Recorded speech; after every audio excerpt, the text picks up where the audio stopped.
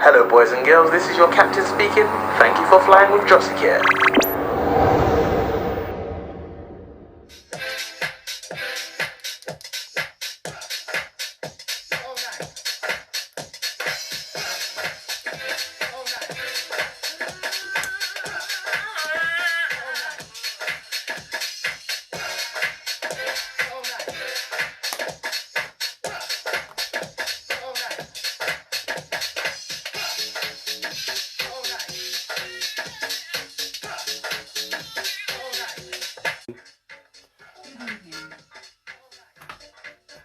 Hey people, once again good evening.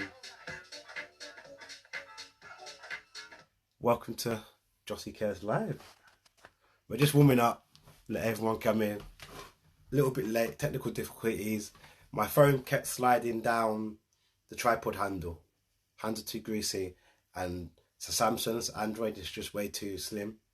Yeah, so I've had to pull it in the case, safety case, to pull it onto the tripod. And it's too heavy for the tripod, so it's leaning forward. But we move.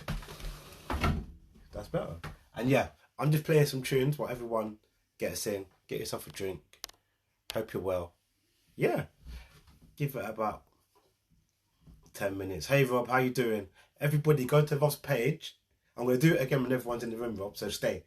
Rob's got a competition. We're not going to let you know what the competition is. You're going to have to find that for yourself. But when we've got about 5 people in here, Rob, we're going to put your competition on blast. Yeah. Some old school garage today, as usual. As usual. As usual. Just warming up.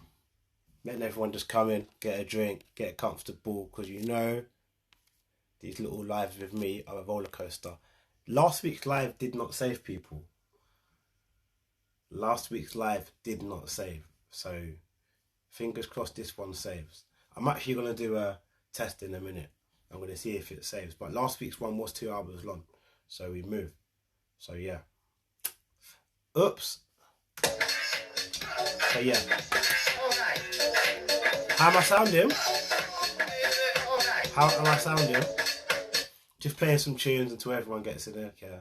It's becoming a regular. This is 2nd week consistent. Big up myself for keeping the consistency going, because you know it's not simple. It's not easy being consistent. I'm not gonna sit here and pretend like it is. So yeah, this is the DJ mix that I recorded on Saturday at my booking on Saturday at a brunch. How is everyone? Who's here? Who is here? Who is here? Send it to some people in the lives and the DMs, you know. Get everyone in here. I might change the times though. I might do a little consensus on finding out when's the best times for this. Because I know everyone's bedtimes are different, etc. So yeah. How is everyone? How am I sounding? Hey, Miss Johnson, what's happening? Hey, Mr. Chris. How is everyone? I'm back again, Wednesday, 7:45 with Jossie Care. We are here. Hey, Tony. Hey, everyone, if you ever need a hairdresser, go to Tony's bio. Her details are in the bio. Go to her hairdressing page and book. We're also using these lives to promote our friends' businesses, etc. It's hot in here. And these ring lights don't help. I'm convinced these ring lights are made really, really cheaply, and they overheat and like leave plug sockets hot and leave me really hot and sweaty. Hey, so yeah. But yeah, welcome to Lives with Jossie Care. I'm gonna give it 5 more minutes, get at least 2-3 more people in here. In the meantime, here's tune.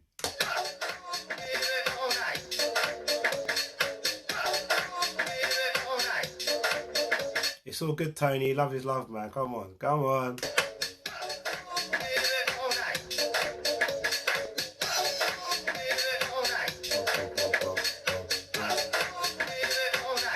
Welcome, Lioness Jules. Welcome to Jossie Cares Live.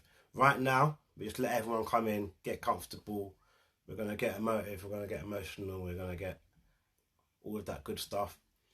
Waiting for at least 2 to 3 more people. Give it 5 more minutes. In the meantime, here's some music by me, my DJ mix.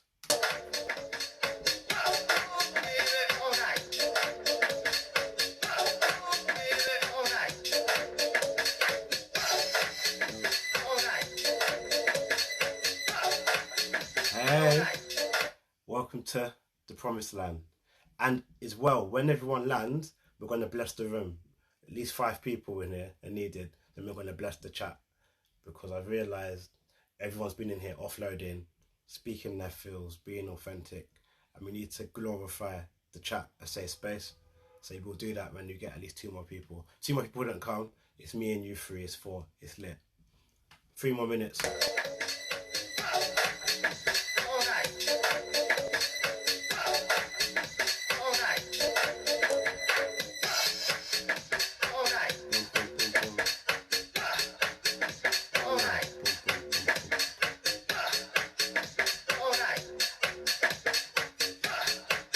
And I know we're all over 25 in here, so I know we appreciate these tunes. I got this on vinyl, so bad it is. I know we appreciate these tunes. Don't ever stop. And that's the theme today, actually. We're using that one as the theme. The universe does stuff for me in ways we don't even know. I played this mix on purpose, and it was to get reminded, or to be reminded to don't ever stop. And you guys don't ever stop as well. Good tune.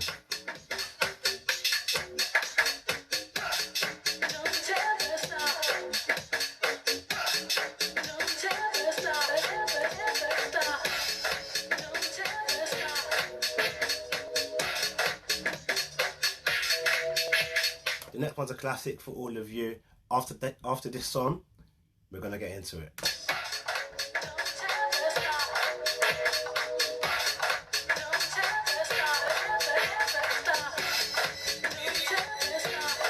Was and archangel of love. He had good news, good news, good news. Oh.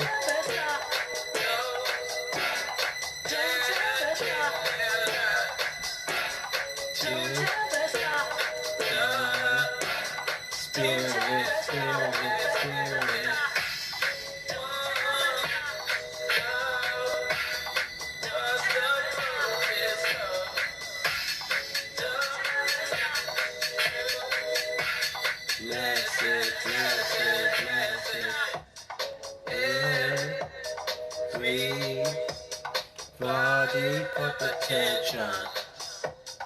Drums, fading, here we go. Dun dun dun dun dun. Boom, boom, boom, boom. Welcome to Childcare Live. And if you don't know, I DJ, so that's why every live I do, or we do, because it's a village, we're going to introduce it with one of my DJ mixes and get you guys in the zone, in the vibe. And it's just always going to be house or garage or Afro house and a piano, all that good stuff. So yes, I did say in 3 minutes time we're going to bless the room. Welcome Zion's house. Welcome Valentia. And we're blessing the room to make it a safe space, because as you've seen, if you've been here before, the conversations get deep, get authentic, and get emotive. Which is just that I stay in that bag. I stay there. I stay emotive. But I need everyone to know this is a safe space.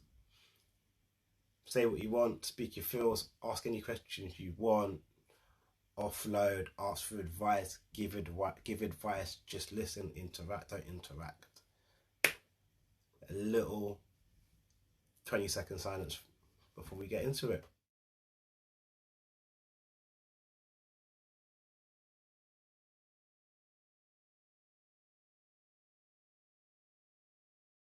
So yeah, how is everyone feeling today, man? Feeling this week, feeling this month, all that good stuff. Give some waves. Me, I'm feeling good. Had a good day, had a day off, and went for lunch. Or brunch, I think it's brunch, innit? It's funny, I've been brunching for years, And I've been brunching from sheer laziness. I stay at my auntie's house and no one would wake up till like 2 o'clock. And we used to wake up. We was like 10, 11. Wake up and my cousin make us breakfast and call it brunch. So I've been brunching for years, literally out of sheer laziness because no one would wake up early to get breakfast. We'll wake up 12:30, shower, wash. By the time we come downstairs, it's 2 o'clock and we're doing a fry up for breakfast and lunch. And that's where I've been brunching. I've been brunching since the age of 10. Way before we was going Madison's in these rooftops. Hilarious. Oh yeah, half term's coming. Has anyone got plans for half term? Me, I'm working. Always working. Not always working, but you know. Hey Nanny Tutu. Hope you're well. Hope you're well. Yeah, so yeah, today was a good day. Sent some emails, received some emails. I did get casted for what did I get casted for? I got casted for Super Nanny. Hey Javu. Hey sis, welcome.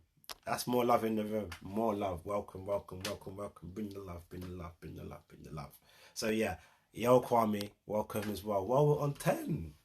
Hey, cool. That's a vibe. Got 10 people in the live. But yeah, I got casted for Super Nanny. This program that was on like how many years ago, but I didn't get it.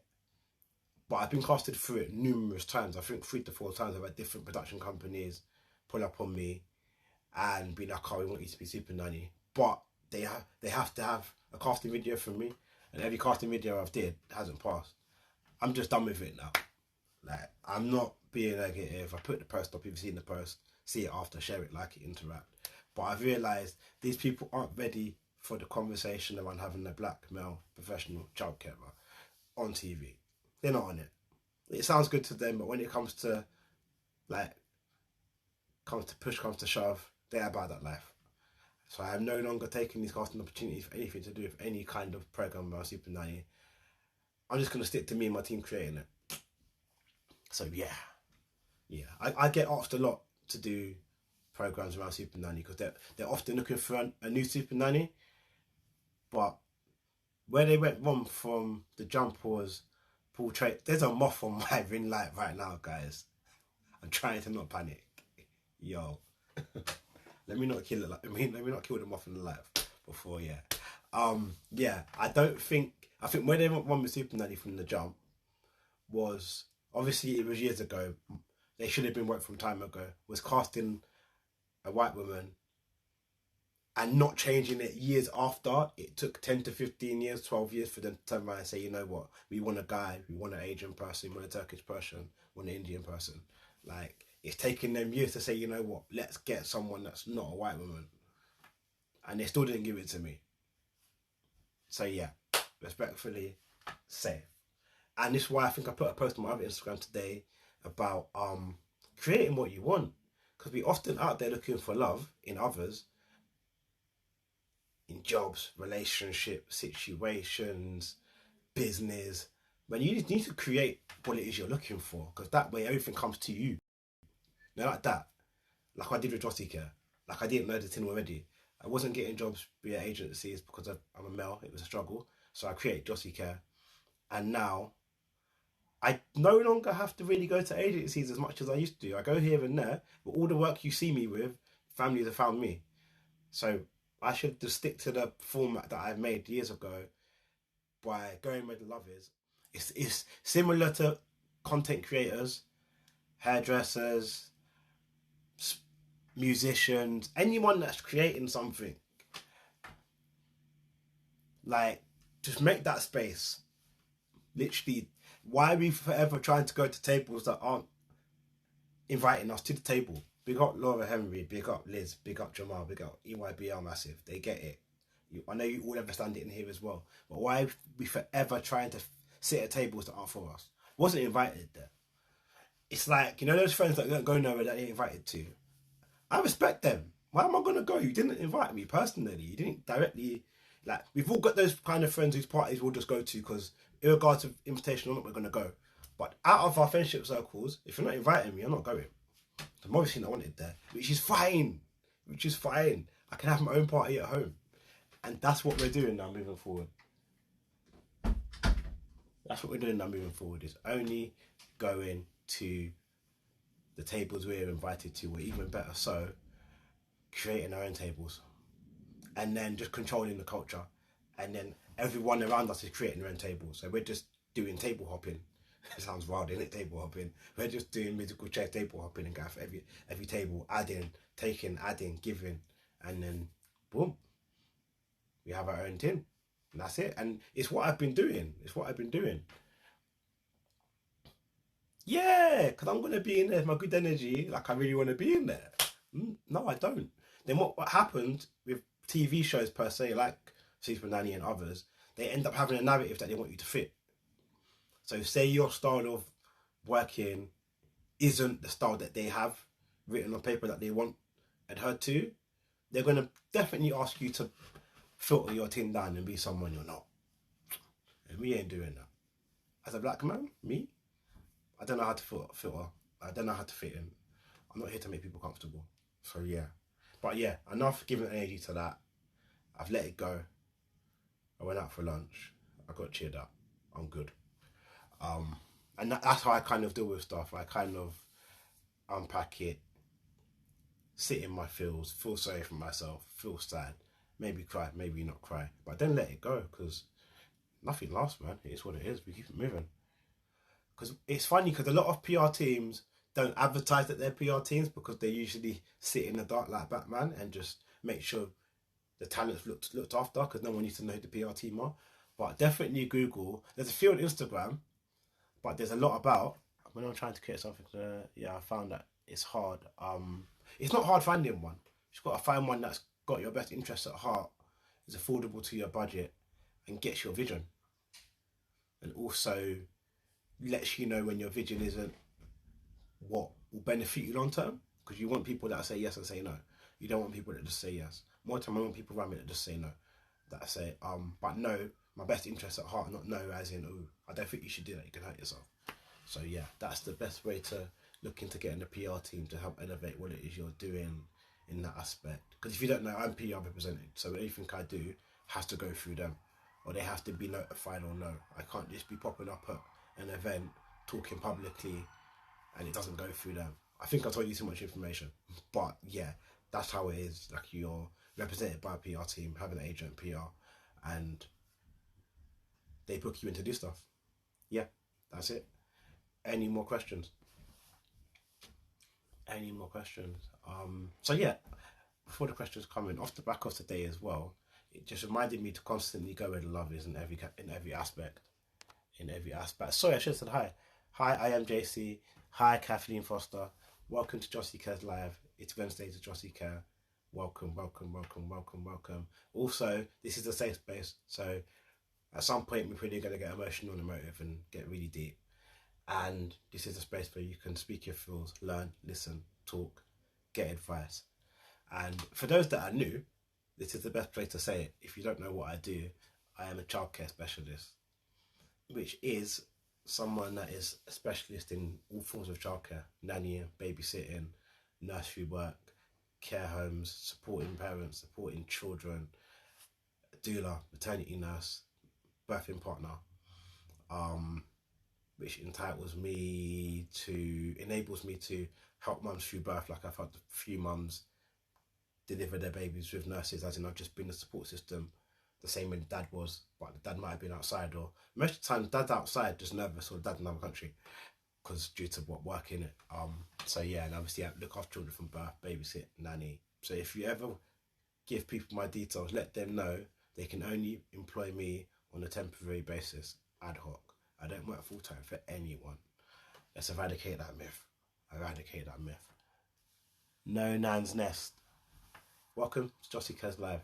But yeah, so yeah, I kind of learnt a lot today, or got reminded, because you often get told the same things over and over again until you learn it. Then once you've learned it, it probably comes back a few more times to test you. Am I making sense? Shall I go again? You often get given tests in life, you pass them well. Then they come back again to bite you in the ass to make sure you passed it, because when they get complacent, and get complacent and get too comfortable. So you've passed, but that test is going to come again. So that's what happened today. It reminded me to always go where the love is and keep creating And it's funny because it's why I'm doing Instagram lives, because I'm on everyone else's lives and getting interviewed and doing podcasts and doing blogs. Why I can also do that on my platform to have the villagers, which is you lot, the villagers. I'm part of the village too.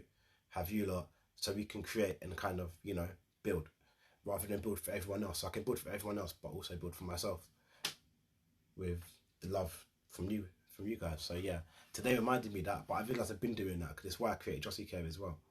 Does anyone have any questions?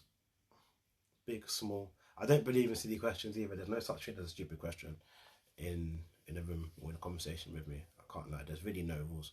So ask away. Ask away. And Rob Fox, are you here? I want to let everyone know about Rob Fox's competition.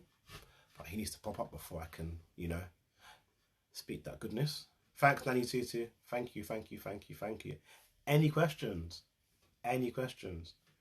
Before I go into it and get into it. Let me know. Also, I think as well, being a male in this field of work, opportunities for casting and TV shows present themselves quite a lot. But what I've realised in the TV world, I don't think everyone's ready to change that narrative of putting black men in a positive light, unless we're doing it ourselves and creating our own content and our own films. Like, if you look at Mo the Comedian and others, they're creating, they're owning their thing. People aren't booking them, they're booking themselves. So that's an example where we just gotta just do it ourselves. And if people pull up and wanna kind of get us involved in what they're doing, it's got a better benefit us. Hey Sharifa, welcome to the live. Actually, here's a tip, and here's what I've been doing. I've been doing it for years, but I've been doing it with more chest and owning it. Is my approach in childcare is child-led. So if child-led means children lead. I don't set up activities. I don't come to households with any form of games or books. I come with myself and I sit down and let children lead in play, lead in everything. And I just scaffold. So I just build on their learning and build on what they're showing me, but also wait for them to actually introduce me to what they're doing. I don't intervene. And I started doing that in interviews. So my protocol is parents email me for childcare. I then say hi, have a conversation over email, then book in a Zoom call, and then Zoom call goes well. Second Zoom calls with the child. Depending on the child's age, I either read a story over Zoom and have a little interaction with the baby over the Zoom, be a newborn or toddler. If the child's a bit older, what I started to do is ask the mum or dad or carers to show the child content of me, so YouTube videos, Instagram page, pictures, and then they can devise questions about me. So they come back in the interview with me and them and their parents and interview me and find out whether they want me to be their childcare or not. Because I'm not just no longer having parents just choose me. I need children to be in control of that. Because children don't get to be in control of everything. But us adults are allowed to not like your energy and say, you know what, let's not talk. But we're putting children in spaces with adults that might not be conducive to who they want to be. It's like dating, like I put in my caption, like none of us are going to go out on a date with someone we don't want to go on a date with. We're just not going to go. Or we're going to go and find out we don't want to be there and go home. But yet, we're putting children in the spaces of adults that they're not aware of, they even know. And we expect the children to not cry and be okay. Your child probably hasn't cried because they haven't realised and hasn't gone into panic mode yet, but it's coming. Because there's no bond that isn't, you're putting your child into a space of a stranger that's nowhere near a safe space. Irregardless of said childcare with qualifications and notoriety, i.e. me, people, oh yeah, I've seen you, yeah, okay, but your child doesn't know me. So let's build up a repertoire of your child via a Zoom call and an interview yesterday with said child was amazing. Asked some amazing questions. Last one I had before, amazing as well. And then I say, do you choose me or not? They say yes, but it's because they're given the power. I'm always thinking about how the child feels and take it from there. Yeah, literally. And we have to honour our children's emotions. But I've realised this is only possible if you treat yourself this way. So you have to really, really, really treat your own emotions with the same empathy, same compassion, same caring, same nurturing to be able to consider that children have the same kind of emotions, and your emotions are as delicate as theirs, and vice versa. Because I don't put myself in spaces of people I don't want to be in. So why are you putting our children in spaces of people that I'm familiar with? You're not going to have your child go up to a stranger on the street and say, yeah, go and play with that stranger. Unless it's a child in the park. Even then, the child has to become comfortable in their own skin to be able to do that and be confident. I treat interviews and meeting families and parents the same way. And also, it's safeguarding as well. Safeguarding is paramount. Very, very paramount. Very paramount. And I realise a lot of nannies don't safeguard themselves. They're out here just chilling with families like their best friends, and it's so scary. I see some stuff, I hear some stuff, and it's like, when I challenge it or have a conversation, they're like, oh yeah, but better trust me. Okay, cool. They trust you, but safeguarding is safeguarding for a reason.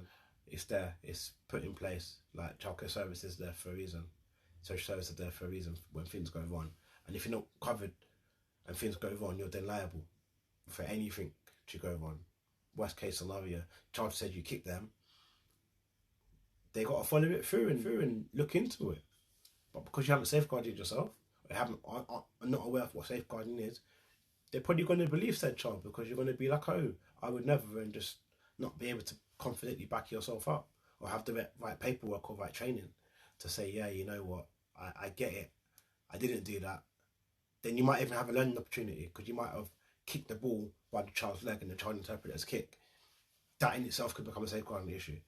So you have to know, when playing football with a child, you have to know exactly how you're manoeuvring when kicking the ball, and be transparent and be aware of what you're doing, because it can get interpreted the wrong way by another adult or child. Safeguarding. So this is why I also meet children over Zoom calls after having a first Zoom call with parents, and making sure parents like my energy and making sure I like their energy, because I'm not looking after them as children if the energy isn't right for me for the parents. It's not going to happen. Like I said, same as dating. I'm not going to take anyone out or go out with anyone or converse with anyone if energy ain't right. Who does that? Why are you doing that? Doesn't make no sense.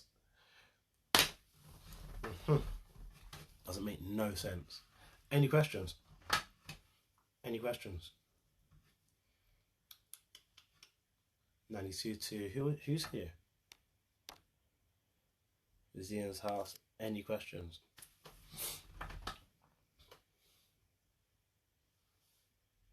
But yes, Nanny Tutu, definitely think about how the child feels constantly, because what you need emotionally, they need the same kind of support. But adults don't ask for it enough. We don't even give it to ourselves enough, and we're over here looking after children but not caring for ourselves in the same capacity. But we say we're child carers, we're parents, but we don't pour into our own constantly pour into theirs. And yeah, it's not cool. You need to stop doing that. You need to stop doing that.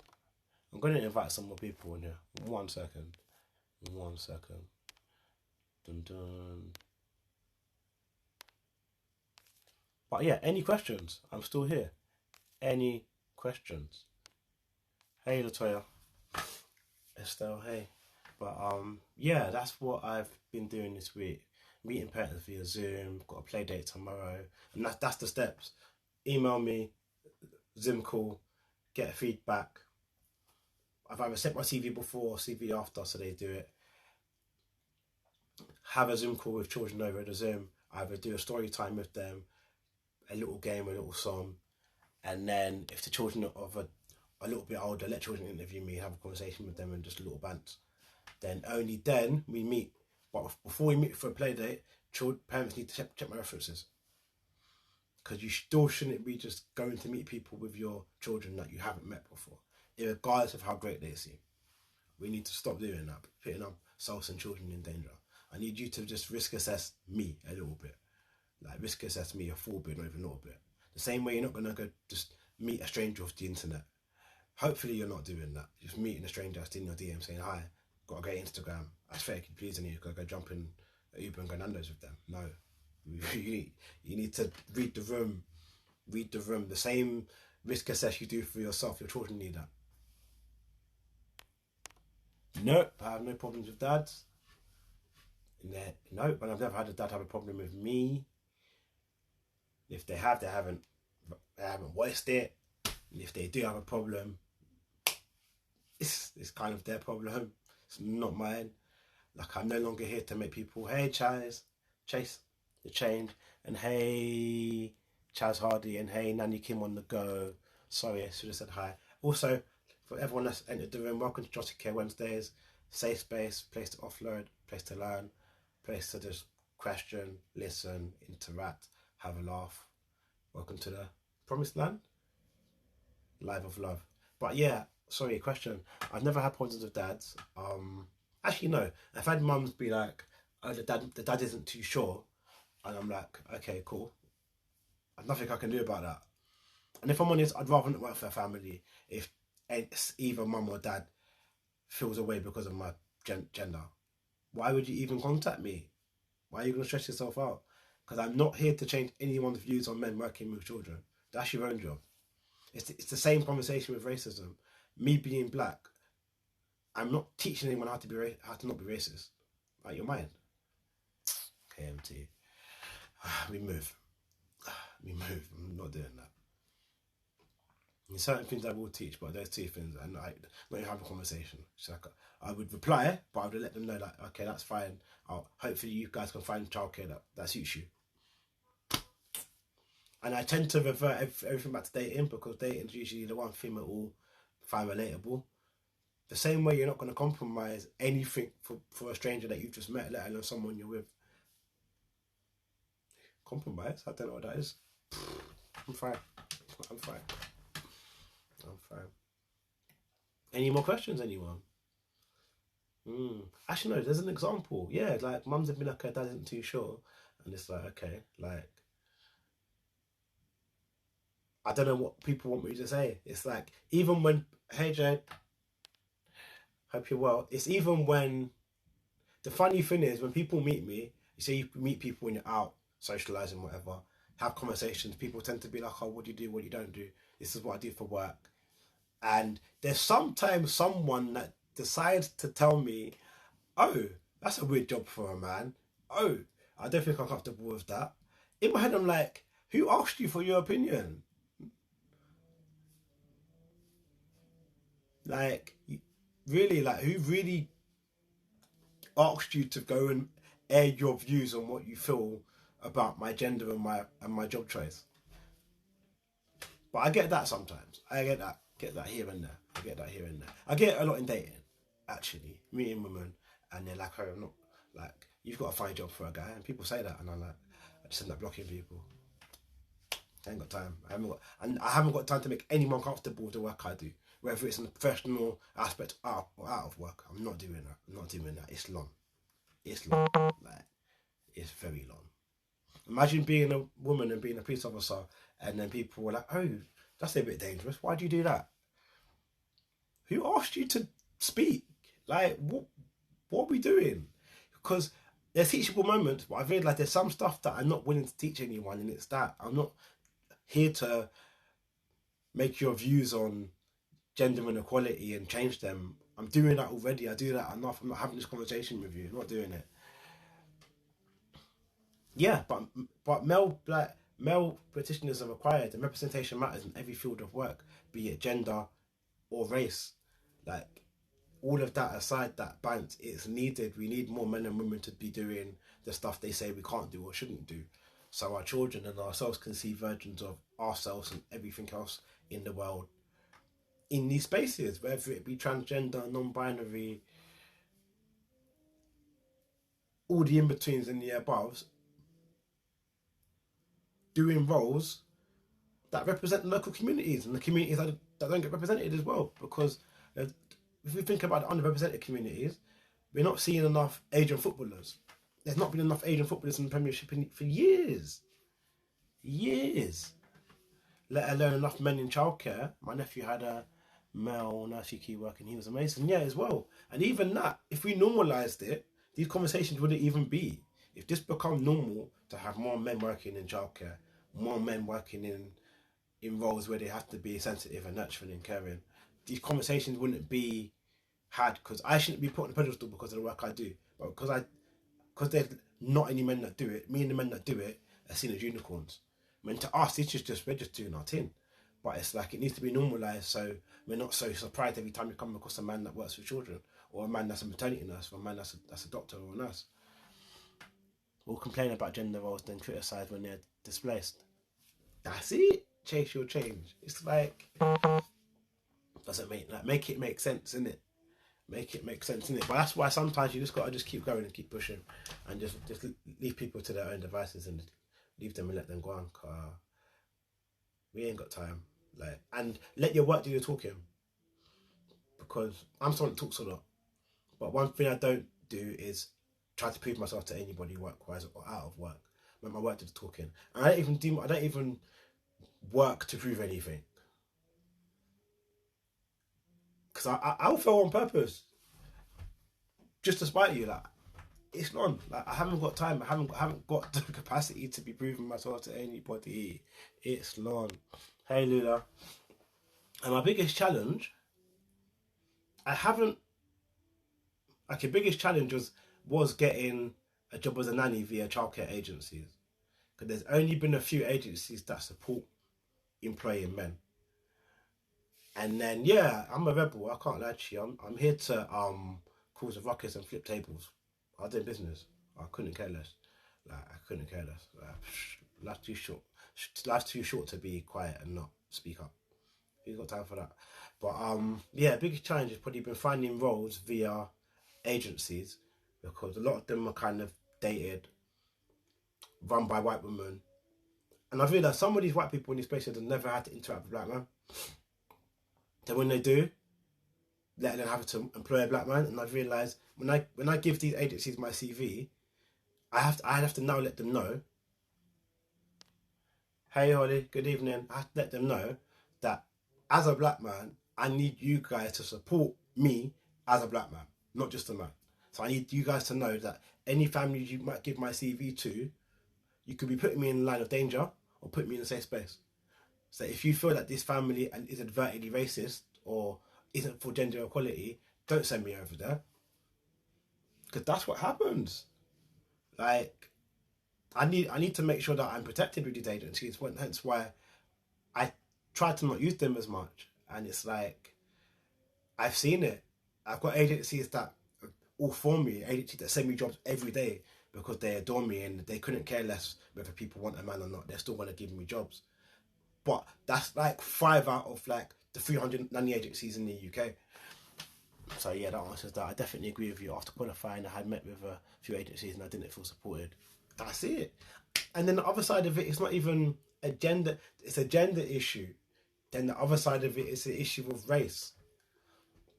And not every childcare or nanny looks like Mary Poppins or looks like Super Nanny.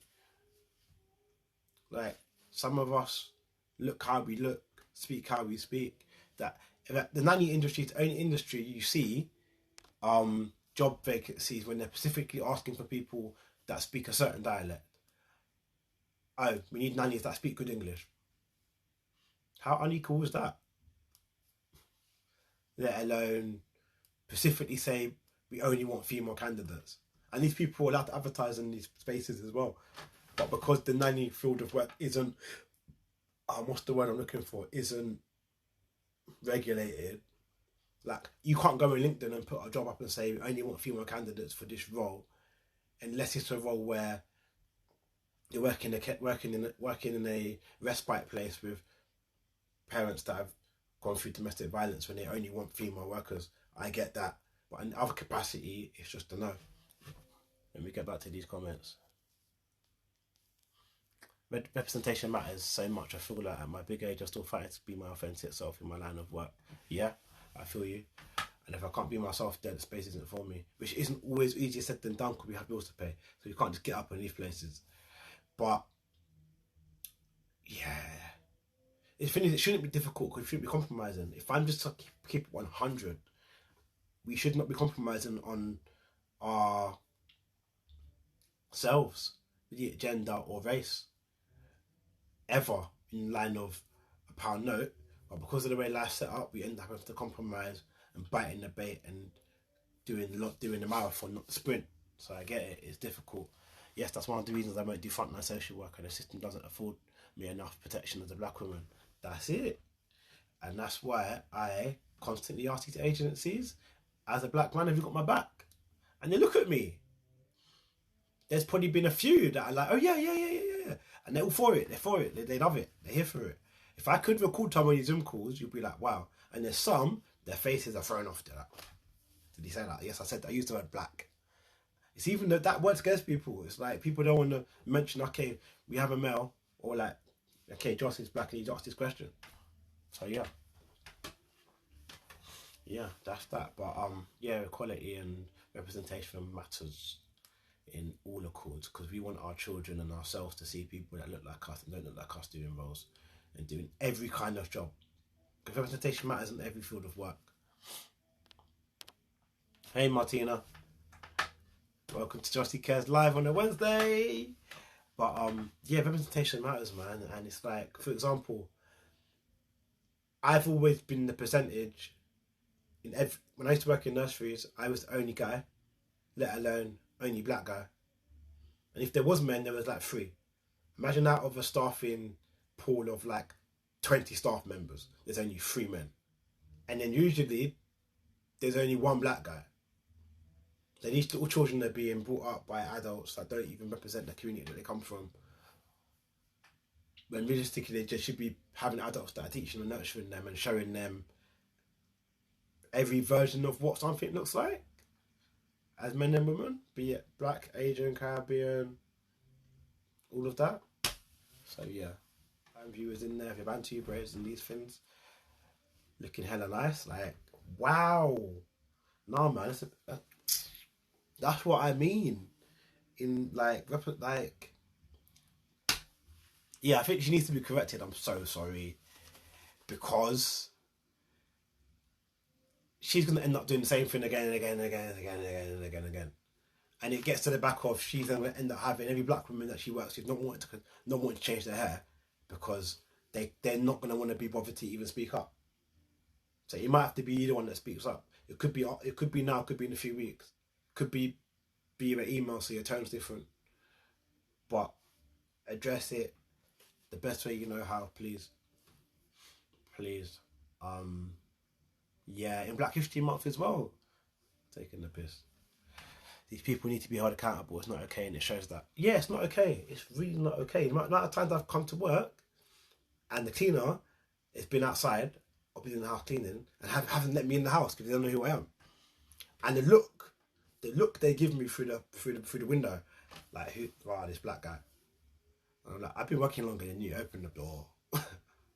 Like, wow, yeah. Like, it's happened a lot. It's happened a lot. I've even been stopped by the police when I'm working with kids. One family I was working with, they stopped me because the child was crying and they thought the child was being distressed, and that I had to get a little bit faced to the police officer. I said, no, I'm working, move. They're like, no, there's so much wrong with this, I can get into it, or you can just leave us and let me just do my job.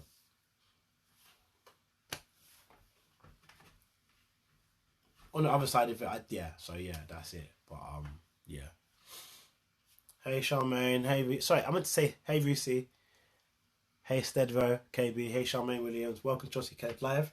We're just conversing, and then said maybe I'd let the kids touch it, have a convo with her, but I had to step back and really plan how to address it.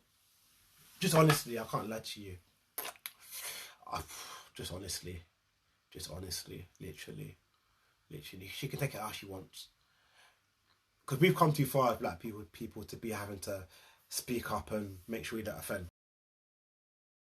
More positive, but we had to unpack that because it is what it is, isn't it? And I'm very open to talking about the elephant in the room constantly, and I like making people comfortable in conversation, especially when you're talking truth, and it's a them problem. Like, they don't like the fact that your head's a certain way. They don't like the fact that you're a black woman or a black man doing what you're doing. Enough people don't like it. It is what it is, isn't it? So we move. But yeah, backing up the child-led approach, I want you to all move forward in life by asking yourself if you're okay with what you're about to do as an adult. So say you're going somewhere, like, honestly saying, I really want to go there. If it's a no, then don't go. Then do the same with children, because you've got to show up for your child in a way where you're honouring their feelings and you're allowing them to navigate how they feel and what they want to do and don't want to do. We're not putting our children into spaces that can damage their character, damage who they are, damage the way they make choices, and take away their consent. Because consent is something we need to be practicing with children from early, practicing with ourselves. Because I've realised as a grown man, as an adult, so many people don't practice consent in every context you can think of. Hey, Lessons in Love, welcome.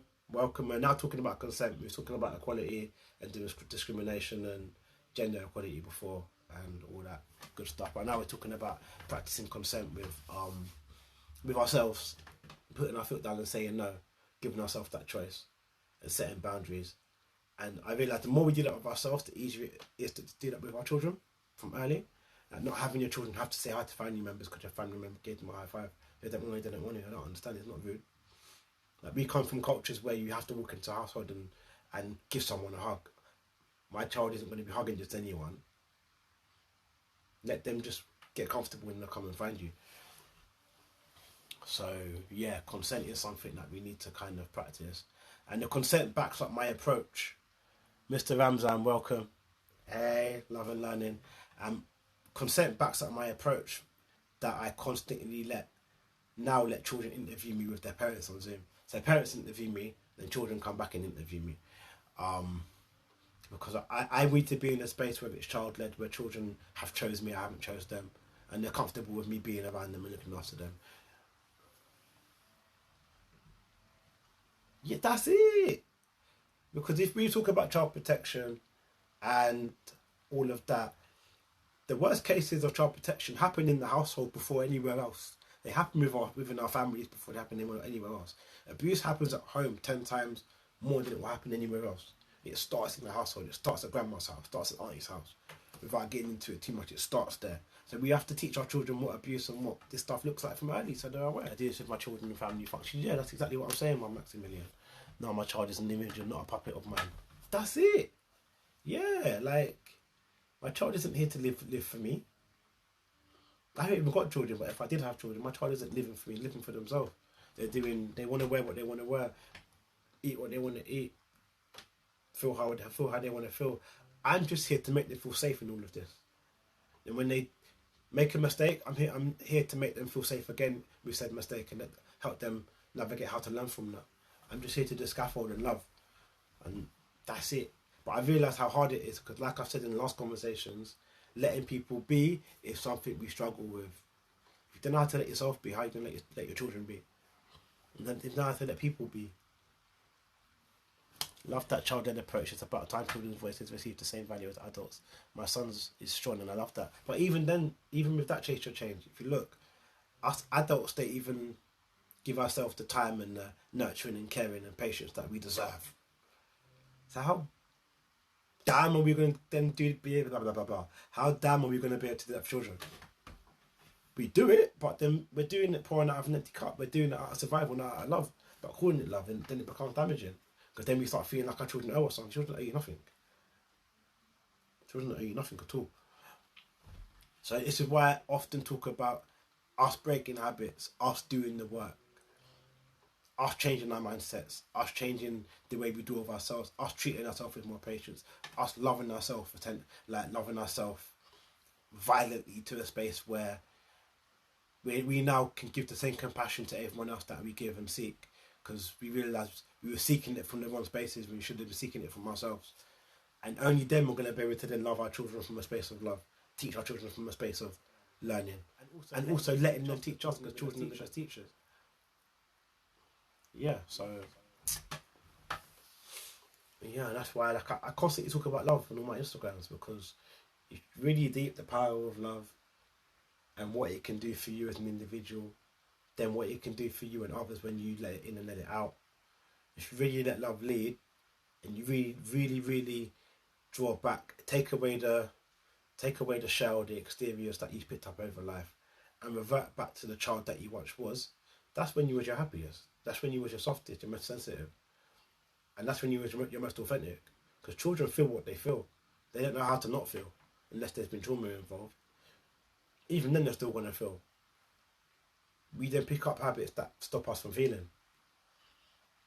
they still want to go out and find love, give love, be love, and raise children. I'm not saying we can't and we shouldn't, but we have to then be aware that we're now doing that from a space of trauma, a space of lack of, and we're now trying to do for our children because they didn't do for ourselves. When no, you should just be loving your child because you've learned to love yourself, and that's made it easier for you to love your child. Making sense? Are you keeping up? Yeah, your son's voice is strong and powerful. Very, very powerful. Hey Lauren, welcome to Childcare's Live. Welcome.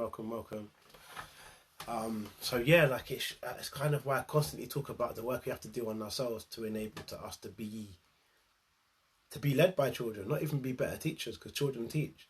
If when you really become in tune, you realise how much children teach you, and you realise how much you don't actually teach them. I hear that. It starts with self-awareness. I've hit that self-aware level, so I'm good at place to teach my son. He then teaches that amongst his peers. Yeah. And if I'm honest, there's no level, because there's no ceiling with it. Chase your change. There's no ceiling with it. And the ceiling is when you actually become more childlike. You become softer, more sensitive, more patient, more attentive, more in your feels. When you cry a bit easier, because you become adults that don't cry enough. You become adults that don't speak up enough. We become adults that don't even answer our own emotions but help everyone else. Well, children help everyone else, but see how well that child helps themselves as well. Because they've been allowed to, they've been shown to. But they've been shown to by adults that don't do it for themselves. And I no longer want to see us adults navigating from a space of survival. Because it's not good for the soul.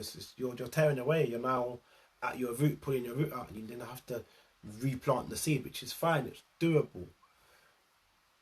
But sometimes if we can avoid a certain chapter, it might make life a bit easier, but then your chapter's a chapter, innit? What happens when it happens. Hey Judy Nanny, Yellow Bird, welcome. Thank you, all the sense, thank you. It's only because I've let go. Like I've just let go of what I think I've been taught, what I've been shown, and really let children lead. And been able to do the same for myself, where I let love lead. I'm a hopeless romantic. I don't know how to not let love lead. I don't know how to put a barrier up. I don't know how to not be myself. I don't know how to not show that I care. Like I can't hide that stuff. You're gonna see it. like that's because I've become more childlike. Because I realised that's me at my most authentic. That's me at my most genuine. That's me being Joss. And I realised that's what I need. That's what the world needs. That's what is needed of me when I'm working. That version of Joss, because that's the only version of Joss there is. Blood Clark, I can get into it today. Talk to me, people. Talk to me. Sorry for my bad language. Disclaimer.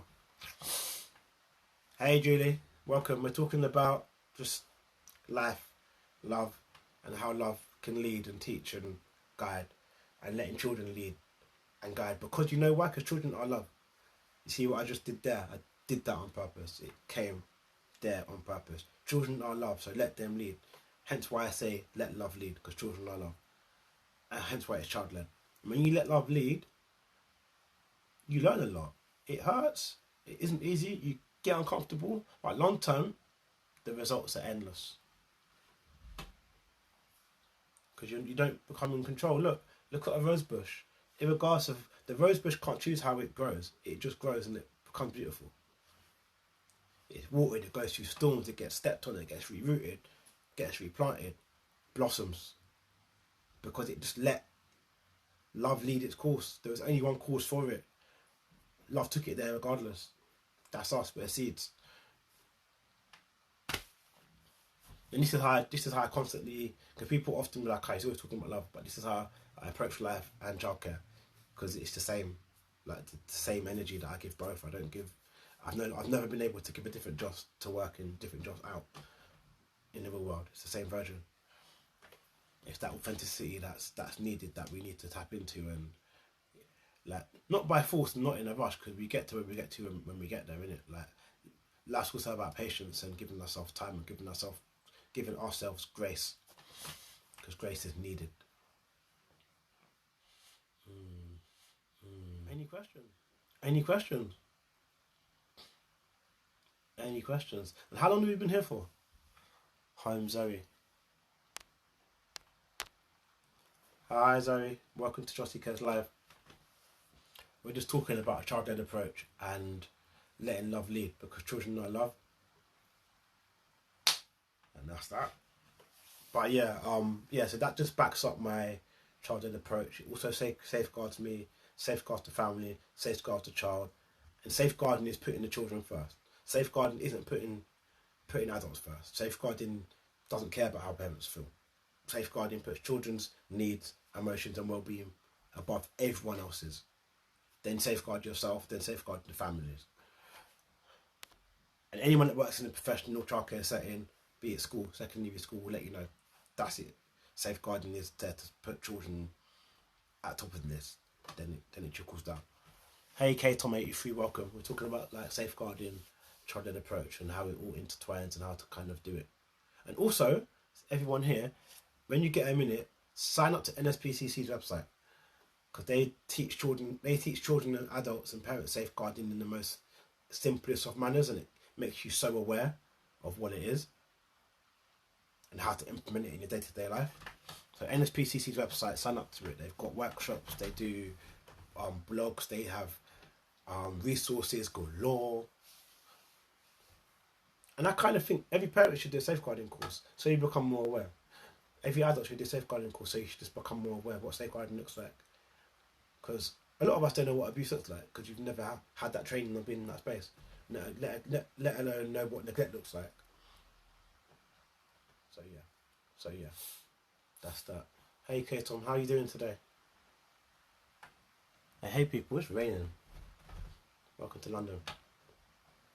Any questions, people? Any questions? Let me know. Or I can just keep talking when you can interject. So yeah, like, with all of that being said, if you really, really focus on, helps the community, definitely does. If you really focus on how you treat yourself, and you really focus, like, look back on how you was when you was a child, when you was a baby, that point of your childhood when you was happy, didn't need anything. That's the most authentic and purest version of you you're ever gonna be. And you realise that's who you need to revert back to. It's why old people get old and become old, and we just babysit them, because they get to a stage where they don't need much. And I realised that's why I want to be at 33. I want to be at a stage where I don't need much in life. Just love me or don't love me, literally, because I'm able to do that anyway. I find it insane that as a nanny you don't have to have safeguarding training. Yes, that's it. I find it insane too. But then it's crazy because parents aren't even aware of what safeguarding is, whether their child's in a nursery or not. Unless some parents know, some parents don't. I'm having to forever tell my friends what safeguarding is and giving them resources and giving them websites to go to. NSPCC is the best website to go to for any sort of knowledge about safeguarding as well. But it's crazy because it's been in the news. Depending on how old you are, Victoria Kimberley was a bigger safeguarding issue. Baby P was a safeguarding issue that the world in the UK saw. Madeline was a safeguarding issue that they're still looking for her. Like, they've been in front of us, but a lot of us haven't been aware of what that is and what safeguarding looks like. Yeah, it can be hard to understand, but then safeguarding is also knowing children's rights. And we don't realise that no children have rights out of the house and in the house. They have rights that we need to adhere to and uphold. And it's why nursery settings usually look at, or often usually look at, is this nursery setting putting children first? Which I often think, safeguarding aside, you're only able and knowable how to put children first if you know how to put yourself first in life. Because imagine having a nursery setting or having nannies that don't put themselves first in life, don't know how to care for themselves in a healthy manner, looking after children. At some point, they're going to project and poison that seed that is the child.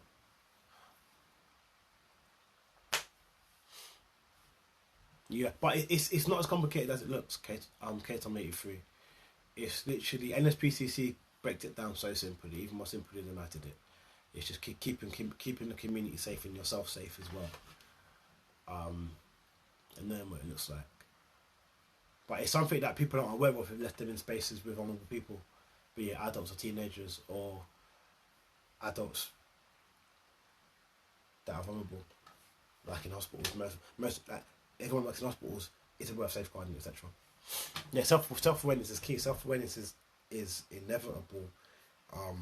Something we run away from, something we really don't take into consideration, and don't put first enough. But like everything else in life, it pops up on you whether you like it or not. You can keep running from it, but it's gonna keep chasing you until you address it. Oh, you're a psychotherapist. Hey, I like therapists. Like I'm into therapy and brains and all that good stuff and self coaching and yeah, or life coaching, should I say, life coaches and that. Yeah, the thing is, children are taught safeguarding in schools. Adults ain't.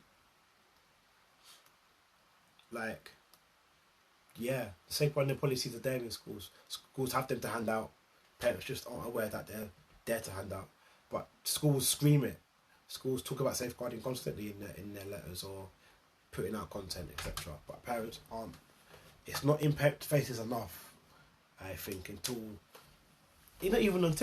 some parents aren't even aware of it at all. Unless they have a support worker, then they, for whatever reason, then they might come aware of it. It's crazy. It's crazy. Like, yeah, it's why I safeguard myself now. Where all Zoom calls with families are recorded. I get their permission and record the Zoom call because I'm not able to have a conversation with a family, positive conversation, and it not be notified that this happened, and then we can go back to it to refer to. Okay, this was said, this wasn't said. Oh yeah, I remember. Yeah, that's fine. Because as a sole entity for myself, I've got to safeguard myself. Remember, I work for myself. Childcare is mine. I don't have no one to go to. I now do because of what I put in place. But if I wasn't aware, I'd be very stuck. So it's sad that I have to leave early this week. Childcare, thank you as always. Can I follow you? Yeah, this one should be saved and it will be on YouTube tonight. YouTube link is in my bio. Thank you for coming. I'm going to put a poll in the week and find out what's the best time to do this live because I'm not sure. I think I'm doing it in between bedtimes to the parents of older children. So I'm going to do a little Instagram poll at some point and find out the best time to do the Instagram lives. It's going to be Wednesdays, but I'm going to find out the best time because I know people run off bedtime, dinner time, etc. But thank you, love. Take time for yourself and let love lead. Let love lead. Yeah, so you see, it takes a village to raise a child, and we're all part of that village. And the village is villaging right now. You see this, they're getting followers, they're supporting each other, they're strangers. But because love is love, it doesn't matter. And because we're all from the same village, whether we like it or not, we're all out here on different paths, but mostly with the same intentions of wanting good for ourselves and good for others, and it shows. Big up Chase Your Change, big up Zion's House. Love. It's beautiful, man. It's beautiful. So yeah, any more questions, Chase, or anyone? And Rob Fox, where are you? Yo, J-Ro. Yes, fam. Welcome. Yeah, love leads every time, Zion. Love leads every time. And it's not a coincidence J-Ro just jumped in because in the world of house music, love is the only drug for me. And this is why I am and who I am to say what I say, talk how I talk, because when you put love into what you do and just who you are, it's inevitable. And it's the backdrop to it's the soundtrack as well to it as well, man. Crystal Cox Fitness, hey Crystal, welcome to the live. Wednesday's Childcare, welcome to the live. We're just getting emotive and talking about safeguarding, letting love lead, and letting children lead because children are love. For those of us that are in the presence of babies constantly or have new babies around us, you realise how much they lead you to let you know what kind of routine they want. You can break a child's routine, but it's going to backfire on you and you're going to pay for it. It's going to backfire on you. But if you let them lead you and you answer their needs the way they want them to be met, the routine will be set very, maybe not smoothly, but it will be set in a way where it's like, okay, yeah, I can see babies getting antsy, doing that ear scratching thing with the mittens on. Yeah, it's bottle time. And you know you've got half an hour to do bath time after bottle time because they're going to get more impatient. But you're answering their needs and you're meeting them where they're at. And that's a newborn. It's that simple. If we just take ourselves out of it, take our egos away, and not try to be in control. Yeah, yo, Crystal, yo, if you take time, take time. Take time. And it's these children that have taught me life and showed me that just have to take time, man. And let people be. As much as you're the adult and you're the adult in the space, children are going to let you know that they don't want you to lead whether you like it or not. Whether they're older, teenagers or younger. You just have to kind of scaffold and keep the space safe for them as well. But us adults need the same thing as well. We need adults in our space and us doing it for ourselves, where we're letting ourselves be who we are and our friends are letting us be who we need to be and letting us lead. Especially in relationships, marriages, dating, all that good stuff. Your partner should be letting you lead and you're letting them lead and you're just coexisting like you're both whole. Same in any other type of relationship, parenthood or not, friendship or relationship. I see it as the same. It's quite simple. Any questions, guys? Any questions? Crystal, how you been, man? Everyone, Crystal's a nanny as well. You need childcare, hit her up. And Crystal's a PT, if I'm right. You a PT, innit? If she's not a PT, Crystal can definitely give you some advice on how to keep fit and stay fit and, yeah. Some circle fitness and that. Hit up Crystal. Hit up Crystal. Yeah. But yeah, that's it, man. It's just like it's work, it's life. But for me, as you've all seen, my work has become my life, where I don't work all the time. But my mindset and my behaviour and my thoughts and my processes are reflective of the work I do. And I think with these lives, I'm letting you into my mind even more than you would have been without these lives. Where you're really, really seeing where my mindset and my thought processes and my practice comes from. Okay, I stand corrected. Crystal is a fitness nut, not a PT, but definitely can give you advice if needed. And she's working with twins now. Yeah, so yeah, these lies are just to let you into my mind, let you into my world, and give to the village and give back, because I'm here to learn. I'm actually here to learn more than I am to give. Like, I'm here to take from you guys. Give me that energy, give me that good vibes, give me that knowledge, because I don't know it all. How can we encourage more men into childcare? Talk to our siblings and the men around us, whether they're old or young. Great question. Pin the question. I'm getting used to this pinning stuff. Yeah, like literally, our nephews, our nieces, the younger generation, introducing them to me, my social media, or finding other nannies online that are men, letting them see that this is a job that they could do. A job they could actually be happy in doing. This is the training they can do. They can be a nursery teacher as well. And questioning ourselves, because a lot of it doesn't happen. Like, a lot of men aren't working in childcare because of society and society's thoughts on it. So questioning our own mindsets and questioning our own prejudices. It's like racism. Like, racism's only going to get eradicated when people stop being negative towards people that aren't the same race as them. So it starts with us. Hopefully that answered the question. And also, for those of us that have children in nurseries, get onto your nursery manager constantly. Ask them what they're doing to include more men in here, and that we want more men in the baby room as well. What are you guys doing to build up morale of getting more men to apply for jobs in said nursery? Because it's their job as well. Because some of these nurseries are probably telling some men no as well. Actually, I stand corrected. I think it's some men think that, but society even more so don't see it as a job for men. More so. So men have picked up that energy and that thought process. Where there's so many women that I come across personally. Imagine, okay, in my world of dating and I love life, the amount of women that I meet, we're talking, I let them know what I do for a job. And these women are open-minded saying to me, oh, that's a weird job for a guy. Why would you do that? I don't think you should do that job. Like, these women have told this to me with their chest. Strangers. I hear it all the time.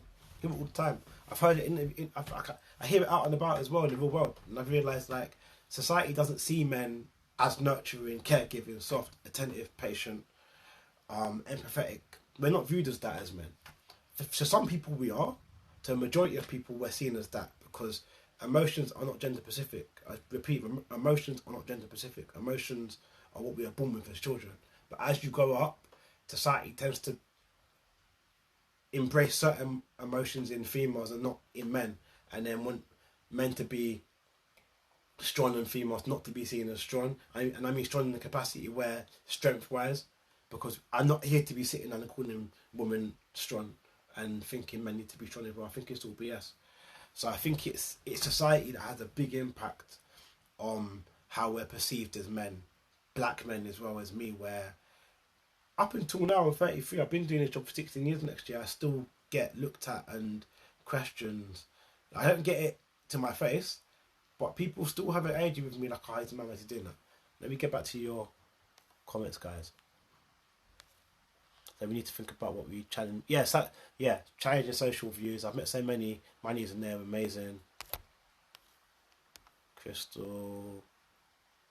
Okay, I'm doing the most. Okay, we really need to be challenging patriarchy? So true. Yeah, and it's like, it's the same way. Okay, as a woman, you don't have to want to have children. You don't want to have to get married. It's not everyone's end result. And that's the same nuance of thought processes that we need eradicated to stop making women feel that they have to go and be a mum, have to go and be a wife, or making the woman fall away because the mum's become a mother, but mum still wants to be an entrepreneur and work full time. Like, it's the same kind of energy we give women that choose to want to work and be parents, or choose to not have children. The same energy we need to be giving men to let these men know they can do what they want, irregardless of gender. Yeah, sis, yo, I know, just being, just being a black nanny is just, like, I got a target on my back, quote unquote. Let me not speak it into existence, and mind my words, and let me mind my talking, it can't. All now, I've gone 16 years and I've been steady, I've been calm, with no issues. But it scares society. Backing up to my post today, I got casted for a super nanny, and I don't think I got it because I don't think said production company were ready to challenge stereotypes and put a black man on TV as super nanny. But yeah, I get employed being a black man as a nanny. I come to work like this, same t-shirt, same jeans, same crepe, skin fade, white Air Forces. Like, my villagers that employ me to do childcare embrace me as who I am. They've been embracing me for the last 16 years. But out of that world, society still bandages me. But I can't say the word. Society still deems me as just a black guy, etc. I don't want to be super nanny anymore. I can't even lie to you, Tom. I don't even want it anymore. Growing up, it was a dream, but I've realised, like for those of you that missed the conversation earlier, like, I've realised we need to start creating what it is we want to be seen in. So don't go and try and become the next version of Luther. Create your own Luther. So that's the aim right now, is to create my own table and build off that.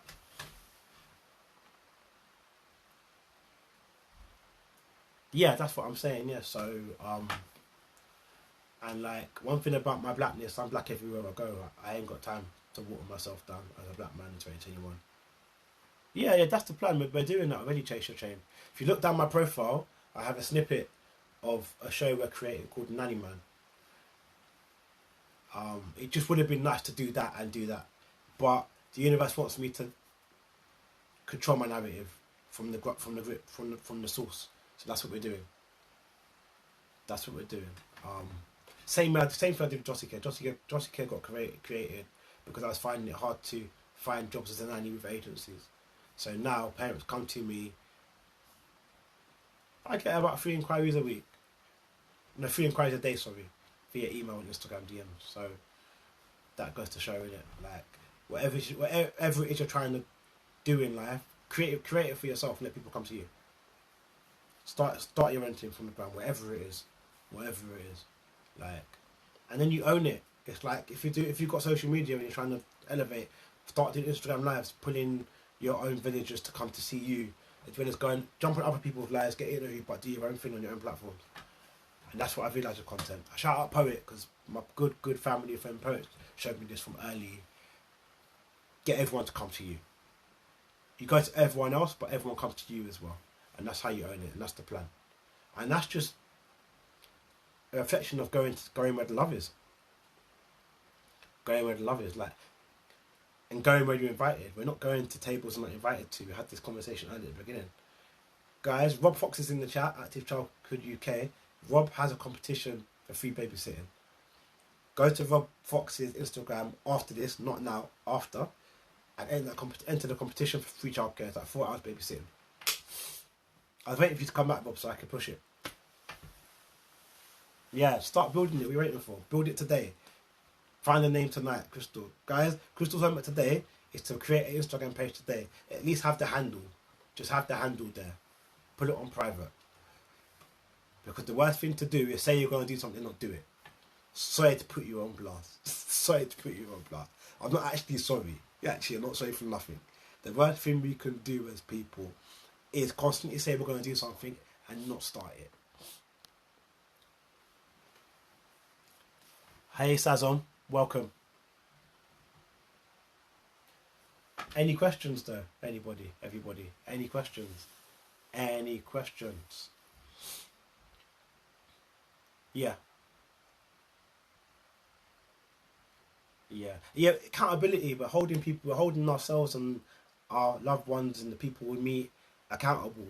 If you want to do something, go and start. Tomorrow isn't always promised. It sounds corny, but it's not. Go and start. I ain't got, like, everything I want to do, I've started. I haven't said to myself next week. I just started it. I just jumped on the laptop, type, email, research, patterned up. Literally, just started. As long as they need me. The way I work K-Tom 83 is, hey Cabbage Rum, how long I started stay with families. One family I've been with. I was with this little boy when he was 1. I was his nursery teacher. Little boy is now 16. So because of the way I work, I don't work full time. But you as a family can contact me whenever you need childcare, as long as I'm free. So it could be once a year, it could be twice a year. So that's how I work. So I've got families that have been using my services for like 7+ years, 16 years. I know, like, I only babysit them now because his little sister wants me to look after her because I was the little sister's, I was the mum's birthing partner. So I was the first person baby saw, as well as doctors, because dad was stuck in another country. So yeah, like, I've been with that family, and that family was the first ever family to ask you to babysit, ever. I was a nursery teacher, never babysat privately. I was 19, and they asked me to babysit, and now you've got me doing Jossie Care off the back of that. So yeah, that's my G's, man. That's my people's, man. That's love. I look after young teenagers as well.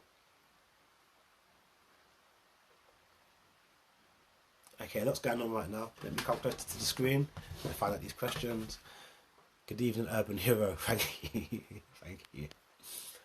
Sexism with agencies is a real thing. Stay with family, did that one. Yeah, sexism's real. Okay, I'm shutting my window because there's moths coming to the green light. 1 second, people. I don't do moths. I'll be in here doing fly kicking phones and that. It's all long.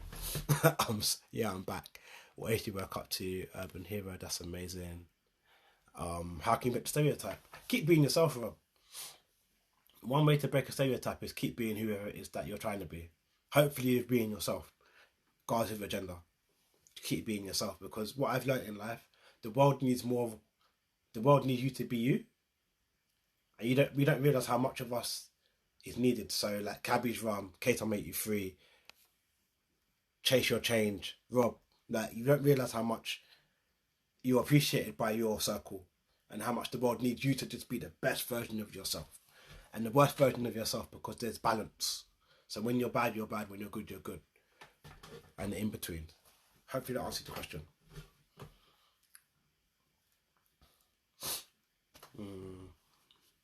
Thank you, K-Tom83. That's amazing. Thank you. But yeah, breaking stereotypes is just being yourself, man. Yeah, just be you, man. Yeah, colorism just yo. Yeah, it's why I've just kind of, there's only certain agencies I go to now, Crystal, if I'm honest.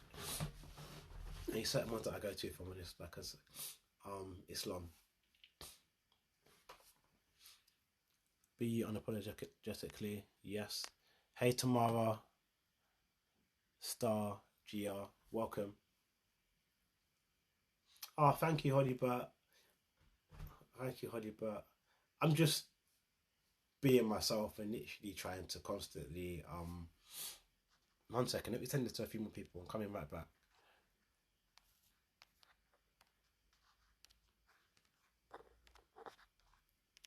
Yeah, I'm just being myself, guys. I'm just literally trying to just let all of you nannies see and let the world see that, especially nannies, that you can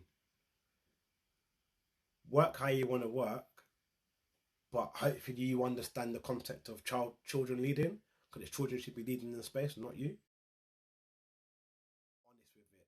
Children are products of their environment. It makes parents, sometimes parents or adults don't always realise that their children are the way they are because of them. And we're not pointing fingers, but let's just address that, unpack it, and then put what we've got to put in place to make changes and go past it. Yeah, because we're here mentoring children, man. It's parents that mostly need the help, not children. Because parents, children this way inclined because of that. Yeah. Any more questions? Yeah, definitely holding space for the child. Yeah, children feed from their environment, whether we like it or not. ASAP Brighton, welcome. Yeah, children feed. Children aside, I often use adults as an example because we're all adults in it. And if we look at ourselves, look what the right environment does for our needs. Look what the wrong environment does for our needs.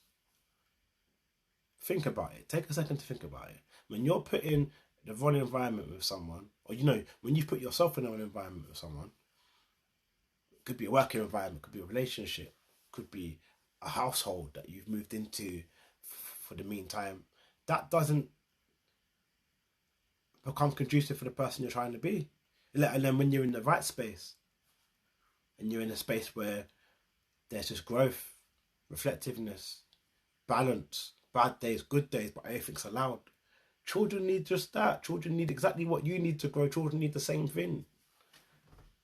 So I no longer want to hear people be like, oh, what do we do for this child? What is it you need as an adult? Your child needs the same thing, 10 times over. And you deserve it and need it 10 times over. But we often don't tell ourselves that we need it. We have to be in denial. And run for my own needs and give everyone else a better version of the version we give ourselves. I know I'm only able to give the world this version of Josh you guys see constantly because I give myself a better version of me. These children are in great hands because I'm in great hands with myself. Oh, let me start shouting in there. Hey, Black Earlies Advocate, welcome to Childcare Live on a Wednesday. We are getting emotive. We are getting there. Yeah, but the work starts with us, man. I think that's one thing these lives are going to tell you guys. The work starts with us. The work starts with us. Not with the children in any capacity. It starts with you as the adult. Teacher, educator, parent, carer, stepfather, stepmom. It starts with you. The work starts with you, ends with you. Because we've got habits that we put onto our children and then we project. Look into my IGTV, I spoke about projection, how we project on people. And then we want to be like, oh, what can I do? You created this. Cool. Here's what we've got to do to help you not do that in the future. It's being accountable and being honest with ourselves. Which is hard, but it's doable. It's very doable. Take a breath, deep breath. I'm talking a lot. These moths are killing me right now. Yeah, hi Chase. Thank you. Hey Black Years, early years advocate. What's everyone thinking about what I'm saying? Are we in agreement? We're not in agreement. Talk to me, people. We talk to the villagers. Talk to me. Let me know. No. Yeah, and it's like it's easier said than done because it's like okay, I always resort back to dating and relationships because we've all been in one of there's something we can disagree on. Like as much as you might think your partner has stuff to work on, your partner can only be the best version of them if the space that you're both in is the best space for both of you. The end. It needs to be a healthy, safe space, healthy environment. The end. There's nothing more to it. You can't go around it as we say in it. You can't go around it. You can't. Children, same. Need the same. It's that simple. It's not as easy to do it, but it's easy to do it once you actually let go and you just say, you know what, okay, that's what I need to do. And break a habit. And also, if you need help with this stuff, my good friend Jane Evans is a life coach and does parenting through anxiety. But parenting is also parenting yourself through anxiety. It's not just for parents. She teaches me. She's my life coach as well. So definitely hit up. No, she's my life coach to be. I'm speaking into existence. She's someone that we all need to follow on Instagram, Facebook, because you realize adulting is about letting go. And like if you look at adult life today, adulting has been about letting go and facing our anxieties that have got us to where we are, so we can then move forward and live from love, not survival. Speaking to my mind and my soul, I'm a big advocate of starting it with self. Yeah, it starts and ends with I, man. It starts and ends with I. Like working in a home where there is constant confrontation, it makes it hard on the children. It makes it hard on us, Crystal. It makes it hard on us. And most of us are in conflict with ourselves and out here just trying to raise the next generation as nannies, as adults. I'm sorry, I always bring it back to us because we tend to reflect on others when it's us that are also doing that as individuals in the spaces. And I can't go into a space and help a family if I don't help myself. Think about that. But yeah, speaking to my mind and soul, I'm a big advocate of starting it with self. Yeah, I said that. It starts with I, it ends with I, innit? And it ends with you when you become more childlike. The moment and time you become more childlike and more empathetic and more compassionate, give yourself more grace, give yourself more patience, give yourself more sensitivity, give yourself all the stuff that your soul and your body needs, that's when you get there. That's when you get there. It's unpacking. Life's about unpacking and letting go. And getting back to your most authentic, pure state of being when you just feel, when you just be. When you're able to just feel, because a lot of us have gone through stuff in life and it's hardened us and made us who we are now, and we're not realised how much of stuff we've lost how much of ourselves we've lost in the process. With me, I say it in every life because it's the truth. I get softer with age. I don't get harder. I get softer with age. Older and older, I get more softer I become. Hi, Trina, welcome. Like, older and older, I get more softer I become. And you know why I get softer as I get older and I get more sensitive and more empathetic? Because I realise that's when children are the most happiest with me, when I'm that Joss. And that's when children are the most happiest with themselves, because they're allowing themselves to be. So how am I looking after individuals that are allowing themselves to be, but I'm not allowing myself to think and feel and be in the same capacity? When I've got the knowledge to do it, but ego gets in the way and confidence gets in the way. When children just do it, they couldn't care where they are. You're gonna see how they feel.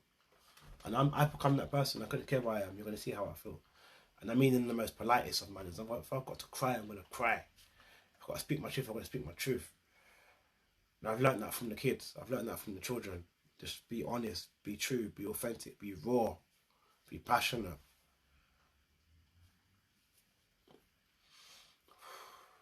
Deep.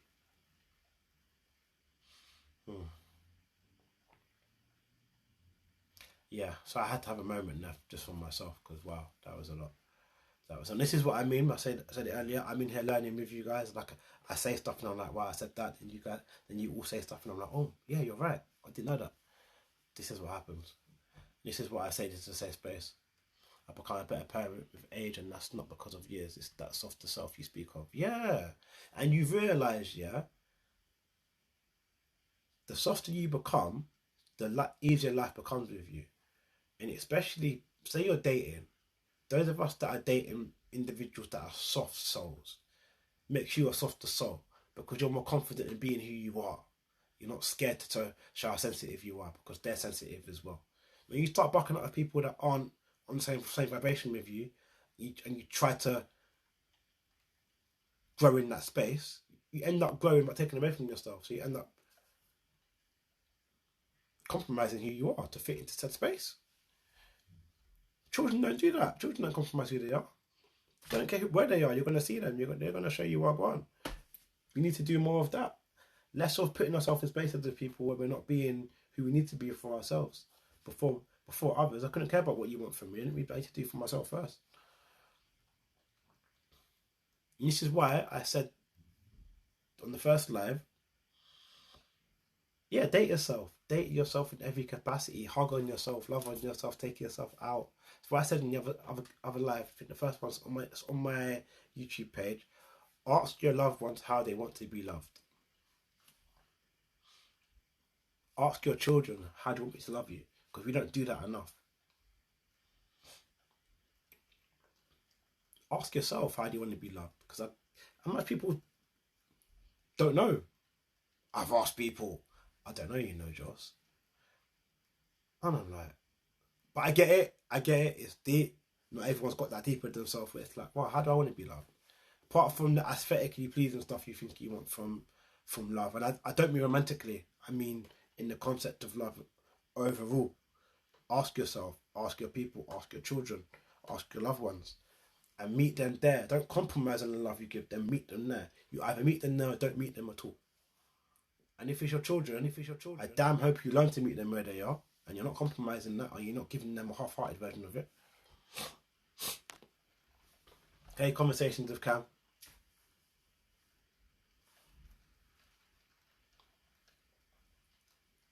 Yeah, so just let that marinate for a minute. I'm not going to speak. Let that marinate for a few seconds. Asking your loved ones how they want to be loved. Asking yourself, asking your children, constantly asking them, because it changes. Because my love changes every day. How I want to be loved changes all the time. There's two core things that I want. Everything else changes because I allow myself to change. I accept that I'm a different version of what I was yesterday. And I constantly ask the children in my care how they want to be loved, how they want to be cared for, how they want to be helped. And I meet them there. It challenges my moral compass because I've got my own narrative, but my narrative shouldn't matter if I'm trying to meet you where you are, meet your needs as a child or as an adult. Think about it. Oh, okay. We need more of that. Throw some book names. Can you DM me that book name, please? Really like the book by Oliver James, Love Bombing. Cool. Welcome. What's it about? Quick, fast. Because to me, love bombing makes sense. Because my love is a bomb. It's going to explode. It's going to touch you whether you like it or not. And you're either going to run or you're going to bask in it. So yeah, like I get it. Because love is a bomb. It's the only bomb that I want in life. Is if I'm honest, I'm all for it. And if you look at children as love bombs, children are bombs of love that just explode, and we embrace it, but we don't embrace adults the same way. We then ask said adult to do less of that, be less of that. That's not. I don't like the way you do that. No, leave them alone and go somewhere else, be. Because we let our children be. There's no difference between an adult and a child in that capacity of love and what they need and don't need. Yeah, whoa.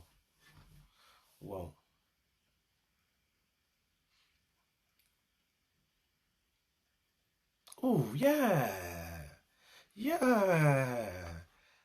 Do I follow you? I need to. I'm here for this. Yo. Yeah, because like one thing I've learned, I'm going to cry soon, I can feel it. One thing I've learned, love is not pain. Love is not pain. Prime example. I'm not, what am I looking to say? How can I word it? I'm not chastising my child or a child for doing something wrong and then naming it love. Because love gives and love doesn't take. So just because they did something wrong, I'm not going to go make them feel bad and punish them for it. And this is why I say I fight back with only love. Oh, sis. Pin that. Yo. Welcome to Childcare's Live. I'm here for that. Yeah, and like, boom, let me land. Let me cry tears coming. Boom, boom, boom, boom, boom. Yeah, I'm not going to chastise said child's behaviour and then take away something to prove a point. Because that's me using my ego to deal with their needs. Blood clot, I said that. That's me using my ego to deal with their needs. And that's what we're not doing. That's what we're not doing with children, let alone adults. Ever. Ever. And it's like, prime example, relationship. I can't, like, I'm proving no point in the name of love, taken away. Okay, we've had an argument. It's my day to cook. Because you pissed me off, I don't cook. So I'm gonna hurt you in order and starve you to prove a point. And then tell me my day after say I still love you. No, get out of it. That ain't love. Love is still doing what you're meant to do regardless of what's happened. But love is also putting yourself first. If you're in a space in the name of love and that isn't conducive to who you are, let love lead and let love take you. But you're not using love to act outwardly and damage said person just because you're upset.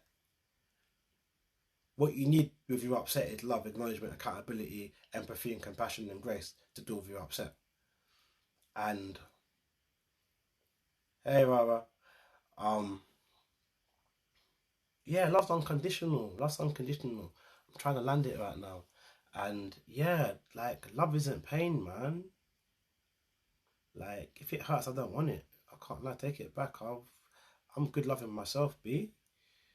And it's like I learned with working in childcare. I deal with the emotion, not the behaviour. And when I deal with the emotion, not the behaviour, I get the best out of them.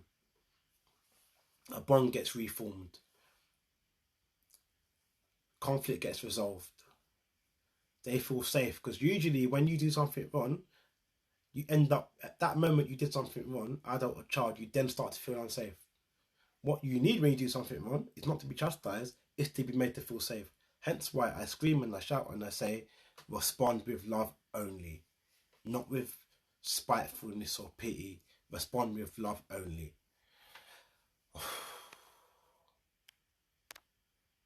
We need to relearn and make the trauma like, yeah, because trauma responses is why some of us show up with our partners or with our children and retaliate by being spiteful or giving them a punishment and saying, no, I'm taking the PlayStation 2 because you didn't listen at school. Where you taking away something from me isn't teaching me nothing. It's not. It's suiting your ego and helping you avoid doing the long work with me. It suits your needs. You're meeting your own needs right now. I'm not meeting mine. I'm gone without, and I'm losing that on love because if you really love me, you would really, really deal with me in a way where you love me and you say, you know what, let's talk about this tomorrow and let's deal with this way. Love is care, love is compassion. Yes, it is. Yes, deal with the emotions, the behaviours, the cause of those. Yes. Love supports transformation and working towards caring and loving communities and relationships. Oh my God. Conversation with Cam. Hey. Wow. Cool. We're here for it. We're here for it. We're here for it. We're here for it. And everything I'm saying, children and adults need this in the same context. Like we're not watering it down. We're not changing it. Like, same capacity of love. Yeah. Love bombing, isn't it? That's what it's called. That's its name. Makes sense. Wow. Deep. Love supports transformation and respond to children with timing rather than time out. In standard, yes. But chase your change. I'm gonna say it every time someone says something. It's only beneficial when we're doing it with ourselves. I treat myself, same way everyone's talking now and I'm screaming, I treat myself exactly like that. I give myself space, give myself time, give myself compassion, cry, answer my needs, honour my emotions. Answer my emotions, not my behaviour. And because I do that adequately with me, I then can transfer that into my job with children and families. So it's like you said, Chase, it starts with you. So we need to make sure we're working on ourselves to be able to do that, and then also be able to do that with children. Because it starts with us before it starts with the children. Yeah, we've got to respond to ourselves, respond to our own needs, and then be able to respond to others and meet them where they're at. And also be able to say when you can't meet your child where they're at, take a time out, get someone else to maybe assist you. Be able to be honest and say, you know what, I don't know how to do this. You've honoured your child by being honest with you, if I'm honest. Because honesty is the best policy. They might not get it, but long term, you benefit them by not damaging them and doing something where you can go wrong and say, you know what, I can't do this. I'm going to get someone else to step in. Wherever it steps in or steps up for you, or taking 2-3 days out and say, you know what, we're going to get back to that whenever. I'll just let it go. It is what it is. Yeah. Yeah. Wow. What's the time? 2 hours. Okay, we're gonna finish 10 p.m. because we've been there since 7:45. It's a long live. Hopefully this downloads as well. Last one didn't download. I apologise to children as well. Yeah, apologies. Apologise to yourself. I'm gonna keep doing that just to let the people them know we need to give children what we give ourselves. The same empathy, same compassion, same grace. Learn to apologise to yourself. Learn to apologise to your children. Learn what an apology looks like to you. Then find out what an apology looks like to your child. Ask your child, what is sorry to you? What does sorry look like to you? And this is where you can teach them healthy habits. And this is how you then help them develop the concept of a healthy relationship. Because healthy relationships start at the home. Even worse if you're not in one and you're having to teach them that as well. So hopefully that gives you the inkling to say, this relationship I've got with so-and-so at work or whatever the vibe is, isn't the one.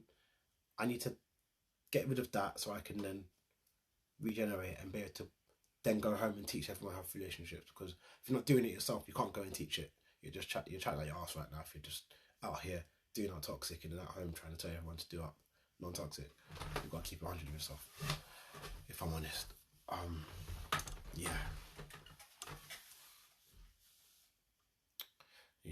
Nick and name, welcome.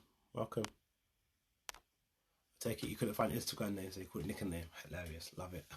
Love the authenticity. I'm gonna leave it at 10 p.m. We're gonna call this a night at 10 p.m. Any more inputs and any more questions?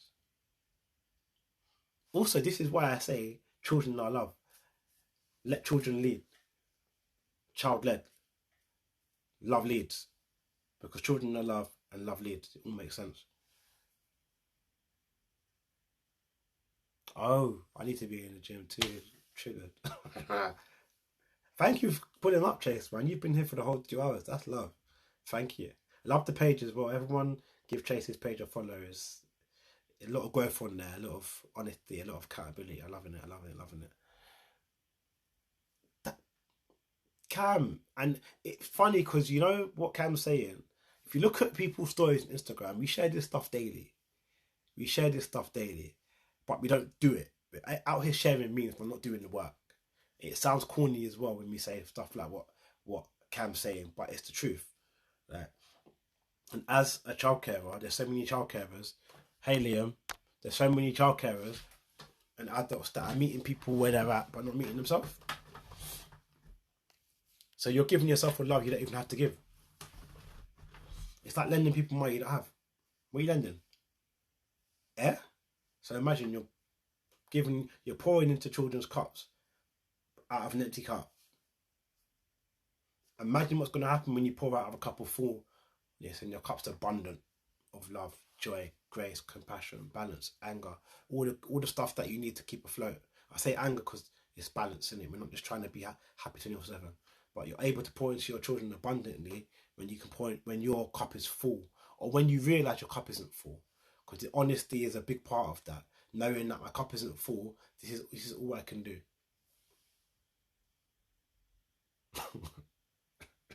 I shouldn't laugh. Hi guys, meet Liam, another Manny. Book him. But I book him after COVID's passed because he's over there looking after children with COVID. Sorry, bro. Talk about making entry. But yeah, we're talking about child-led approach, letting love lead because children are love. Yeah. And as the pin says, conversations with Cam, if it hurts, it's not love. Liam, you'll understand. I know, I believe, and I feel you don't give children timeouts. Because giving the child a timeout is then hurting them. And if you love them, you would approach said situation differently and unpack it and meet the emotion, not the behaviour. Yeah. Any questions, Liam? You still there? I've been talking for 3 hours. Oh my gosh. Oh, so dry.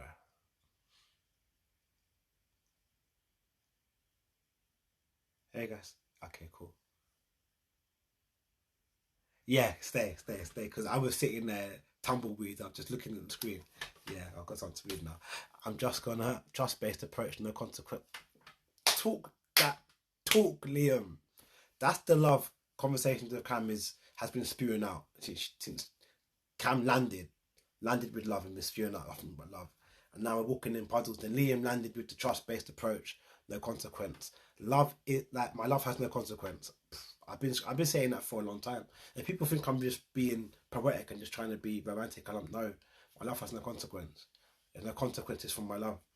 Like trust-based approach.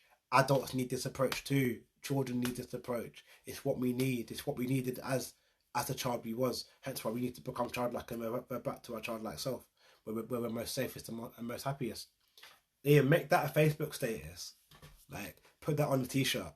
Like, actually, no, Liam, I'm going to make it a quote. I'm going to put my branding on it and I'm going to put your name underneath it. Liam Baxter, trust-based approach, no consequence or reward to use. I'm going to tag you. I'm going to do that for tomorrow morning. Love. Yeah, I'm going to do that and then I'm going to share the video. So yeah, Liam, expect some new followers. Hope you're well. Transformative love. Yeah, transformative love. Let that marinate. Sorry, you came back. I'm just gonna wait until 10 to go to gym. I'm struggling to leave. We're here every Wednesday without fail. But I am gonna do a little questionnaire to find out the best time, because I think I might be clashing with some of the parents. Then's bedtime with the children. So I'm gonna work out whether this best time or a different time on a Wednesday. But next Wednesday we're here after 7, same way. Transformative love. I ran out and came back. It's always deep here. Yeah, because if you stay deep, you don't drown. Others drown around you. And that way, if others drown around you, you know who should be here and who shouldn't. It's a nice way to just de-weed the garden. Because when you're deep rooted in yours, in you and in your own team, it's hard to get unrooted when you're deep rooted. You know that saying, I can't remember it. Something about growth and seeds in it. I'm not going to try and be smart before I mess up the saying, but someone put it in there. They did something about growing in seeds in it. But yeah, I ran out and came back. It's always deep here. Yeah, it's my mind. My mind is just that. It switches off though sometimes, and I realise a lot of our minds are like that. But I don't think we even give ourselves the space to. This is the space to do that, and I hope you go and do that for yourself more so in your own spaces. I'm here to just let you all see how great you are and how much love you are, because you are love. Love is you. You don't have to find love in anyone else and anything. It's been in you. You just got to just tap into it, switch it on, and learn it, navigate it, and just give it. You want to be giving love without warrant, giving your children love without compromise, giving your people the love without compromise, and only give your love where your love's well received. Even then, leave them with it. Let them grow with it, because you've got more than enough inside you. More than enough inside you, if I'm honest. My love not run on empty. One thing I do know.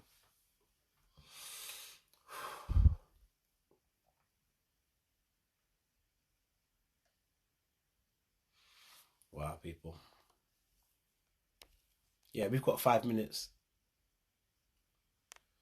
Hey, MK, welcome to the live. Okay, we've got some latecomers. This ain't late nights with Childcare. This is 7:45 p.m. with Childcare, guys. We got some latecomers. But yeah, any more interpretations of love when in the name of children and adulting? Because we are children. And we're at our best when we become childlike. So it's why I use a lot of adult connotations when talking about children, because children are the better versions of us. Children know who we need to become. Our childlike version of yourself, the most innocent, untampered, unfiltered version of you is who you need to revert back to. Hence why old people are unfiltered and soft and vulnerable. Because vulnerability breeds strength. See what I did there? Vulnerability breeds strength, man. I don't mean strength as in strong, because I think there's more strength in being soft than there is in being strong, personally, for me anyway. Don't know about all that, but for me, I get more strength out of being, I get more goodness out of being soft than I do about being soft, being strong. So I think I'm getting tired now. Are we still here? If it hurts, it's not love. What are you saying, people?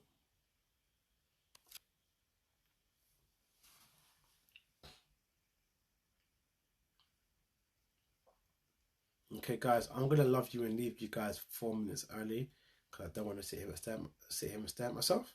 Oh, just sent you a link to the book. The life has been great. Got to run and put the bins out. Yeah, I've got to put the bins out. Thank you. It's Thursday tomorrow in the borough. But yeah, thank you. Conversations with Cam. Just pulled up with a big bag of love. Love it. Yeah, thank you, man. Love. Thank you. But yeah, guys and girls and everybody else, I'm going to love you and leave you.